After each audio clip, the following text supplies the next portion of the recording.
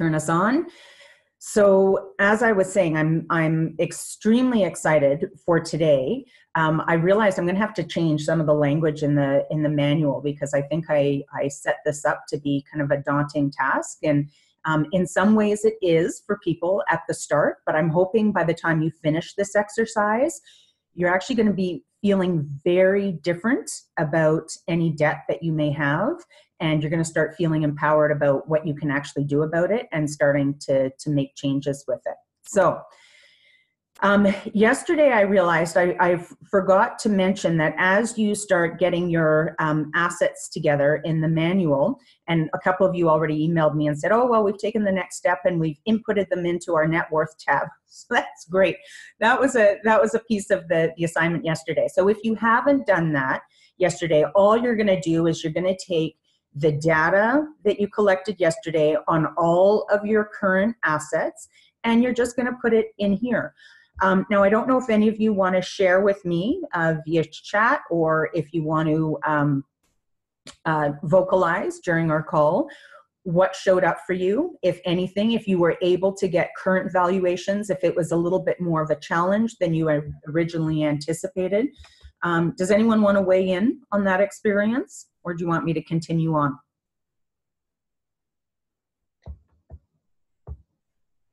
And 3. Yeah, continue. Who is this? Is this Helen? Yeah. Okay, awesome. Go for it, Helen. Well, yeah, the home is the one that was a little bit more difficult, because depending on how long you've been in the house, right? It's been almost 15 years for us, so a lot's changed in 15 years. Yeah. Unless I actually call in and you know, real estate agent to give us an idea of the value, or maybe I could look at some listings around here.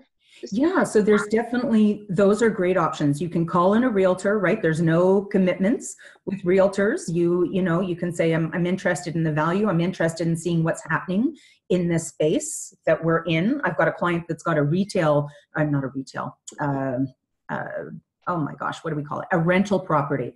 And they've been trying to do the numbers on, do they keep it or do they sell it, just based on maintenance and all of the extra expenses that they incur on a regular basis, and if they lose a tenant. So that was one of the very first things that they did. And the realtor was explaining that here's what's happening in the situation in that environment now, but in the next 3 years, here's what they foresee happening. So we just calculated the numbers, and it gave them kind of a really interesting benchmark from which to make decisions on. So I think that's the biggest thing here, is that normally we just aren't doing the numbers, right? Our innocence at play, and we just kind of keep the blinders on. But the amazing thing with this, I find, is that knowing these numbers, this is a part of what is of where your wealth is found. And so it's interesting, when we aren't calculating the numbers, does that mean we don't really care about how wealthy we are? Right? So it's kind of interesting to make those correlations, because these are all of your assets, and measuring these assets and seeing how they're performing for you is the role of the warrior, to stay on top of this. So you're right. You can get the realtor in, you can look at the tax assessments on the home.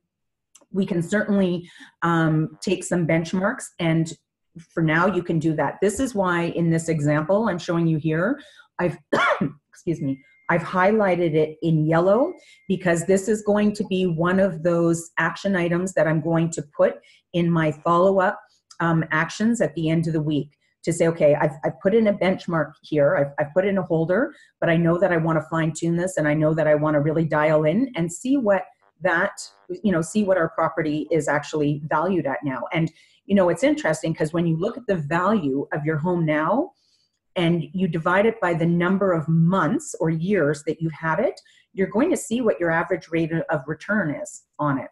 And so that's kind of an interesting exercise as well. I think I'm going to create a bonus round on that. So I should have that done by the end of our time together. If you want to go back and just look at, okay, well, this is what this investment is doing for me.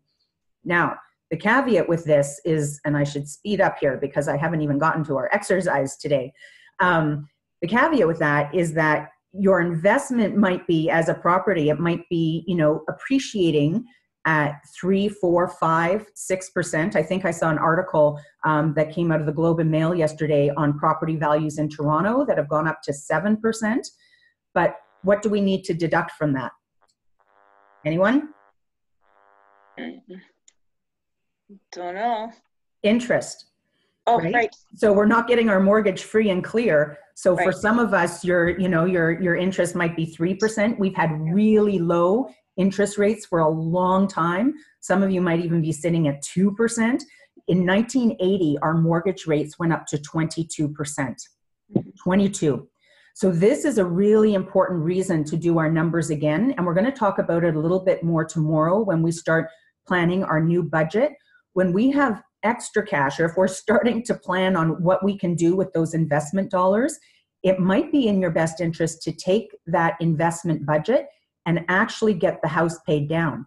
Because if our interest rates go up, and they are going up, they're going up by last week or 2 weeks ago, they went up by 0.25. They're scheduled to go up again another three times over the next 2 months. So things are starting to creep up. And I know we've heard this up and down over the last couple of years, but there has been incremental creep. So we just need to watch for that, because imagine if your mortgage interest rate went up to 22%, you wouldn't be able to service the debt and you'd lose the house. So we just want to stay very conscious of that. Okay, 6 minutes on that one. So sorry guys. So what you did yesterday is you put in all of your assets here.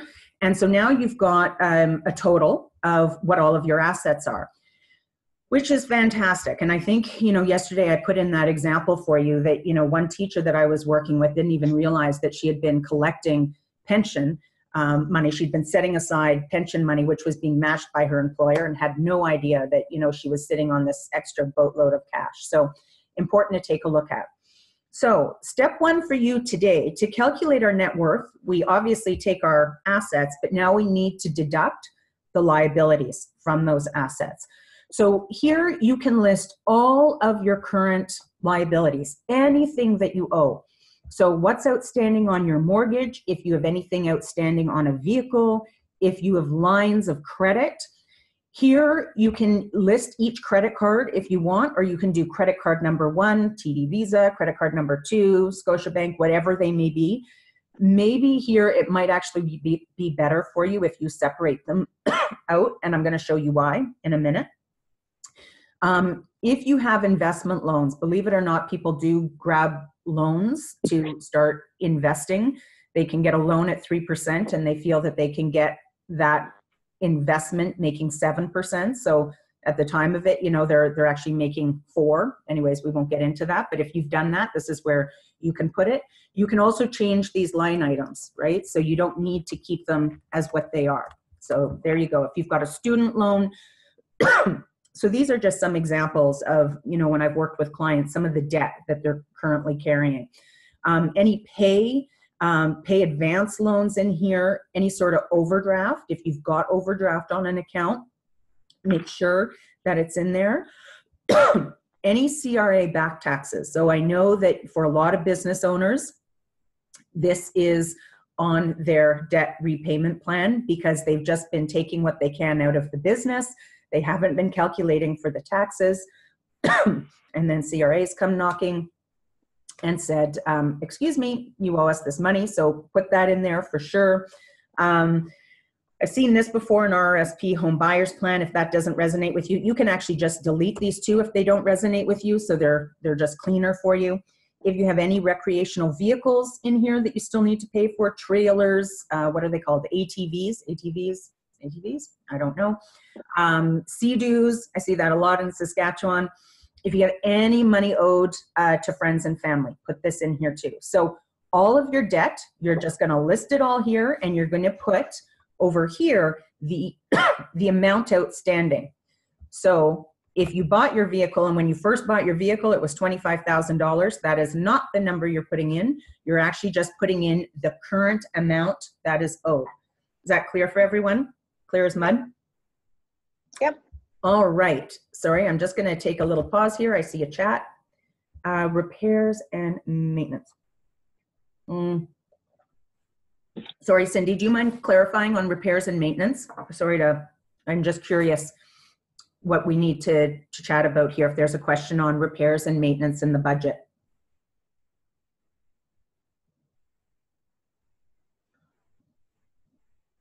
All right. I will follow up with you after, because every point is a good point, and I just want to make sure that I'm expanding on that. Oh, thank you. Okay, I find the home may appreciate and value, but there's a lot of repairs and maintenance. Absolutely.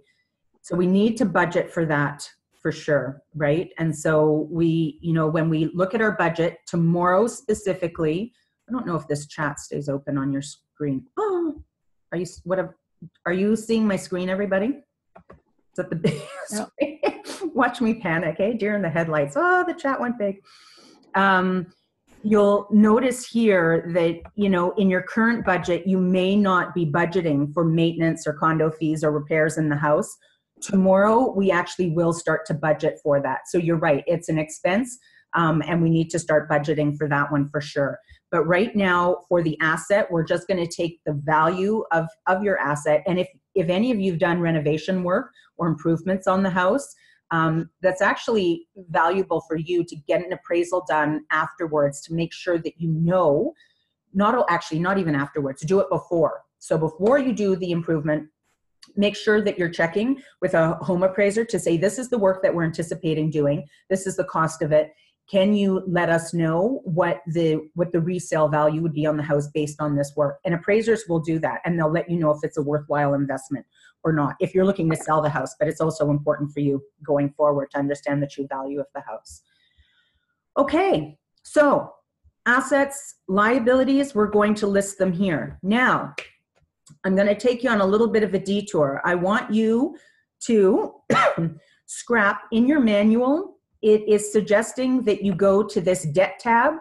And I realized actually last night, after doing this myself, I've created a whole bunch of extra work for you. So you can actually just delete this tab altogether if you want. We're not going to use it.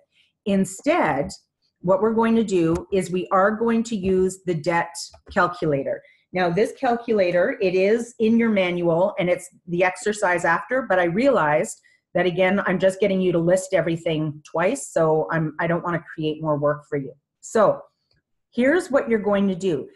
The objective today is not only to actually now find your net worth value, because you will have taken all of your assets and you will subtract from that all of your liabilities. So you can see here $806,000 worth of assets minus $417,000 worth of liabilities puts, let's say this is mine, this puts me in a net worth value proposition today at $389,000. So you might recall that in my post yesterday, I said that my number is $1.2 million for retirement. Your net worth is a big piece of that retirement piece. If you needed to liquidate your assets to be able to survive, I would be able to liquidate almost $400,000, which puts me 1/3 of the way on my journey to collecting that 1.2. So objective number one today is to define our net worth statement. Objective number two today is to put together a debt repayment plan. Now, there's three reasons. Now, when we talk about financial literacy, a lot of people go to debt repayment. So I think a lot of this is going to be old news for you, redundant, but I'm going to go through it anyways because I think it's important. So there's three reasons to get rid of debt. One, eliminate the stress. So the majority of clients that I work with, now mind you, a lot of people are coming to me because they're looking to get rid of the stress. So a lot of people are carrying debt. So again, no judgment. I know that a year and a half ago when my ex left, I got stuck with over $55,000 worth of debt. And it was money, and that's a whole other segment on how people need to prepare themselves just in the event of. But he just decided to walk away. I got stuck with the debt and went right into a debt repayment plan. So anything is possible. Everything can be fixed. We just need to get you out of debt for three main reasons. One, eliminate the stress. Get rid of the stress. The stress that you are carrying from debt is snowballing in a way that you're creating more and more stress, and probably, I suspect, getting more and more into debt. I know one of you was mentioning that you had a lot of debt several years ago. You decided to consolidate that debt. You also then readjusted the equity in your home to pay off that debt. and then racked up the debt again, right? So this is why next week is so important, because we have to change the mindset piece. But a lot of people, when we start talking about consolidated debt, I'm not a huge fan of it. A, for the reason that I just mentioned, that you're likely to get yourself in that situation again. But B, I think putting together a payment plan gets you into an active warrior. You're not looking for the easy way out. You're actually just going to put this plan together, make the plan happen, and make conscious, deliberate effort every month to get out of debt. And then you're activating the warrior, which is what we want to see, right? We want a blend of your warrior, your creator, and your magician. So this plan is going to get you activated into the warrior piece. So here's what you're going to do. You are going to, in your manual, it talks about calculating interest. And so there's a couple ways that you can go about this. Actually, you have two choices. The first thing I want you to do is I want you to actually list all of your revolving debt. So the difference between revolving debt and installment debt: revolving debt is the debt that you don't necessarily have terms attached to it. You don't have a fixed payment that you need to honor every month. Revolving debt is typically your credit cards, your lines of credit, maybe not so much your CRA back taxes, potentially any bills that are outstanding, because you can make the payments that you can make. Typically, they come with a higher interest rate. And I've given this as an example here because if you've missed several months of paying on a credit card, they will just automatically jack it up to 24.99, sometimes higher, without even letting you know, right? So you need to be very aware of making sure that you know what the interest rate is. So where I want you to start today is I want you to go back to that list of debt that you had in here, and I want you to pick out the ones that are pieces of revolving debt specifically. So your credit cards, your lines of credit. I want you to put in the CRA back taxes here. Now, if you have a fixed payment for them, that's great. Let's still put this in here, and I'll show you why in a second. Any sort of family loans and accounting bills. So as an example, what I have not put in here is I have not put in the installment debt, such as the trailer and the vehicle. And there's a reason why. Because I want us to put together a payment plan that gets us out of debt in 36 months at the most.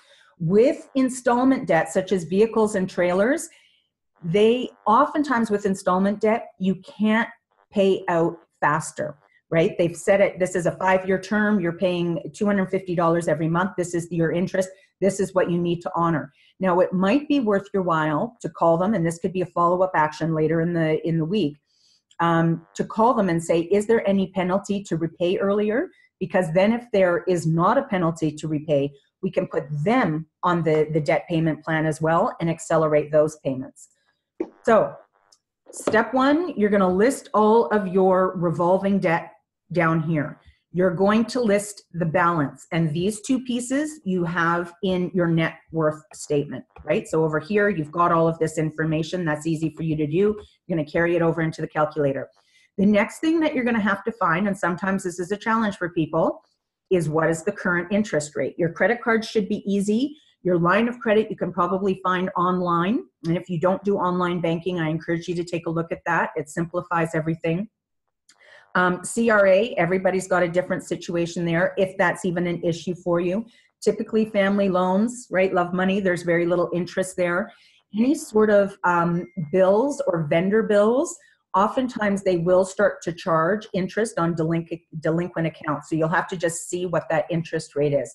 Now, one of the things you can do there, again, as a follow-up, and I'll remind you on all of these things, is to call them and to see if you can negotiate that down. Because usually it's just there as a threatening mechanism to get you to pay. So something you can look at there. So this is an example of what, when we talk about payments, this is an example of what typically gets paid. So in this case, $500 gets applied to credit card 1 every month, $250 gets applied to credit card 2, $250 to the line of credit, $500 to the CRA back taxes. So this is what your current payment structure looks like. This is what you currently pay. Now it's interesting, when you put this in here, it's going to tell you what you're paying every month in interest. It's kind of like, ugh, yuck. So that's probably the feeling that you're going to feel, is my guess. But I don't want you to worry, because this is where this gets really interesting. So if I add up all of these, and this automatically tabulates for you, but it's saying that every month I typically budget $1,800 to get out of debt. So my monthly payment is $1,800. This is what I find really empowering about this exercise. So you don't have to adjust anything here. I don't want you to touch anything. All you're touching up here are these white areas, the payment, anything that's white, this is the area that you're starting to manipulate up here. So here's what I want to show you. So right now we're planning on 1,800. Now you can see down here, it's going to show you your balance was 16,452 in this credit card. Your total interest paid, if you continued with that $500 payment per month, it'll take you 57 months to pay it off, and your total interest will be $11,000. Credit card number 2, if you keep with your $250 payment, it'll take you 57 months, and you'll pay $5,000 in interest. Your line of credit, 127 months to pay off, and you'll pay $8,000. Nobody's doing this math. It's actually really interesting. Now, this can be alarming for people. So total interest paid, right? Total debt is $74,449. Total interest paid, $25,000. Reason number 2 to get out of debt, right? $25,000. Could you imagine if you took just the interest alone of $25,000 and had it in some sort of fund, again, not a financial advisor, that was performing at 7 to 9% per quarter and turning that over for you? You get hundreds of $1,000s out of the interest that you're paying alone. So here's what we need to do. We need to accelerate your debt repayment. Now, I know most of you are going to go right to, oh, but there's not enough money. Remember, this is not the intention. The intention of us doing money management is, what do we need to start earning so we can get ourselves into a healthy financial position? Let's get it done. So here is what I find super fascinating. So let's just say that if we were to, let's just up it by 25. So we're upping it by $700 a month. And this is what's interesting, because a lot of people will say, a lot of people will start to look at what are the, do you want to pay off what process do you want to use? Do you want a snowball method or an avalanche method? Typically the snowball method, what it's saying is that you're taking your smallest debt loads first, like your line of credit or your CRA back taxes, and you're wiping out that debt first. And then you're starting to grow. So there's an emotional connection with that debt's gone, that debt's gone, that debt is gone. The other piece is avalanche, which is you take your highest interest rate first, because you're losing the most amount of money, and you get that wiped off. So here's what you can do next. So we just said, okay, let's imagine that we've got a $2,500 payment now.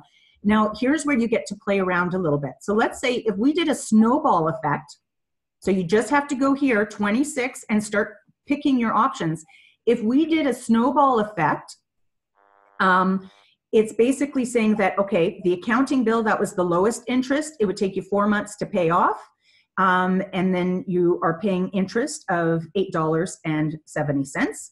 And then your credit card number 2 would be second, your family loans would be third, your CRA back taxes. So you get to play with this. So what I want you to do is I want you to pick a number out of thin air, right? We want to make sure that that number, when you start looking at these numbers here in terms of month to pay off, that your highest number is no higher than 36. That's my only caveat here. It has to come under 36. So the only thing you're playing with here is your monthly payment. I want you to increase it to a number that you feel, okay, this is doable. So $2,500, $700 adjustment, not a big deal. And then you get to play with this. So if you did snowball, now you're only paying $12,000 and $224 in interest. Let's see what happens if we do avalanche. If we do avalanche, we're paying $9,000 in interest. Now, let's take a look here. Yep, and we're all under 36 months. So this payment plan might work. Now, if you really want to get finicky about it, you can start to customize your options here. If you know that family debt is number one to you, regardless of snowball or avalanche, you can start to order your own priorities here and do whatever you want. You don't need to do this today if you don't want. This is for those diehards that really want to fine tune this. But what I do want you to do, and if you do this, then you just go over here and you go to your custom, you go into your order enter in table, and then it will start to calculate it for you.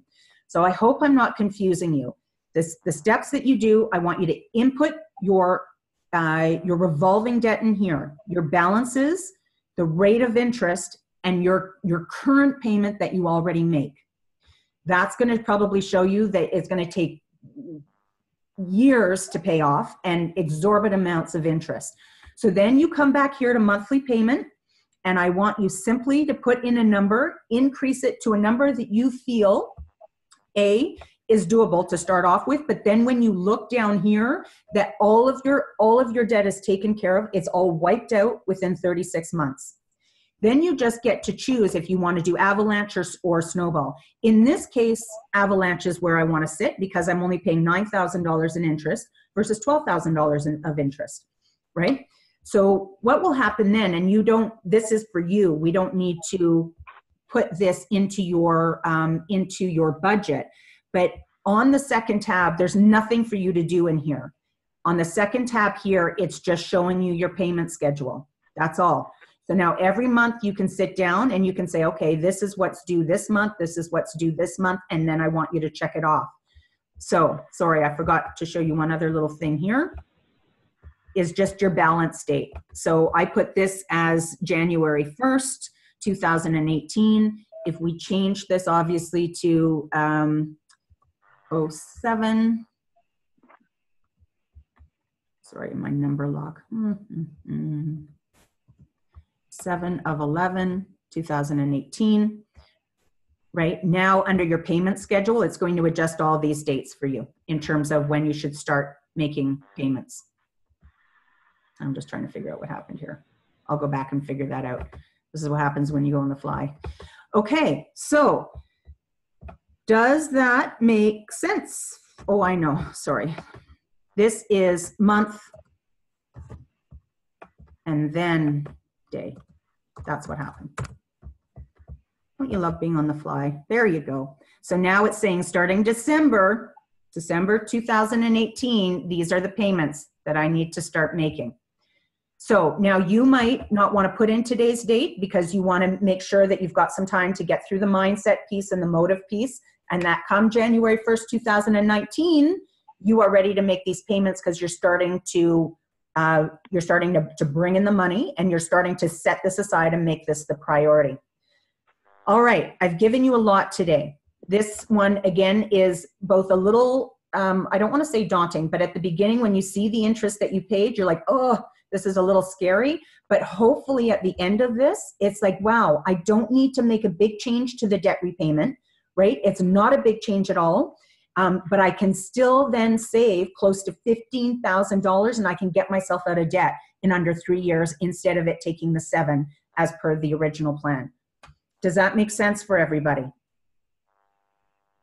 What are your thoughts on the exercise today? So the objective is A, let's get our magic number, or not our magic number, our net worth number, and B, let's get a plan in place that will get us out of debt in 36 months. Because what we are going to do then is we're going to take this number, $2,500, and tomorrow we are going to be putting it in here.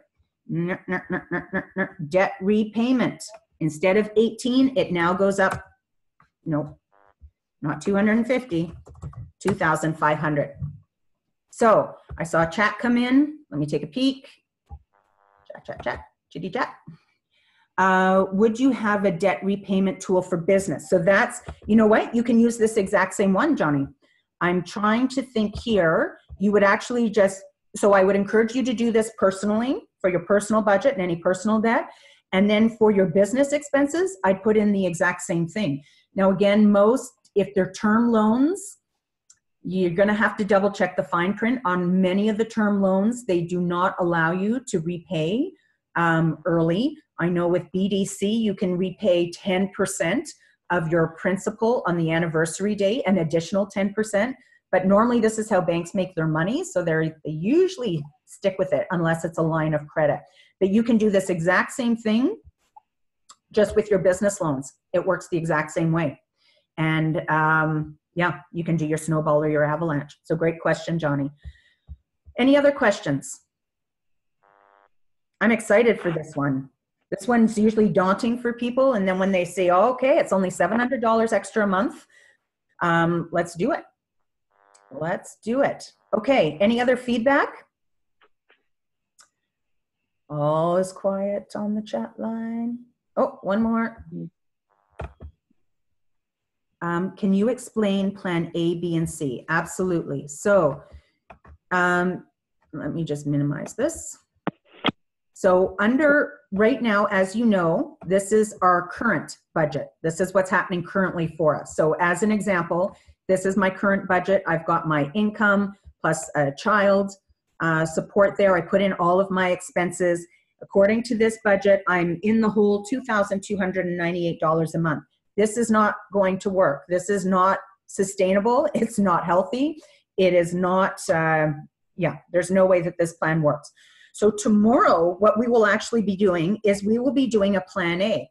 And the plan A is, and I won't get into all the action steps, but the objective of our plan A tomorrow is to account for all of the real expenses that we haven't been accounting for. So in many cases, tomorrow, your expenses will go up.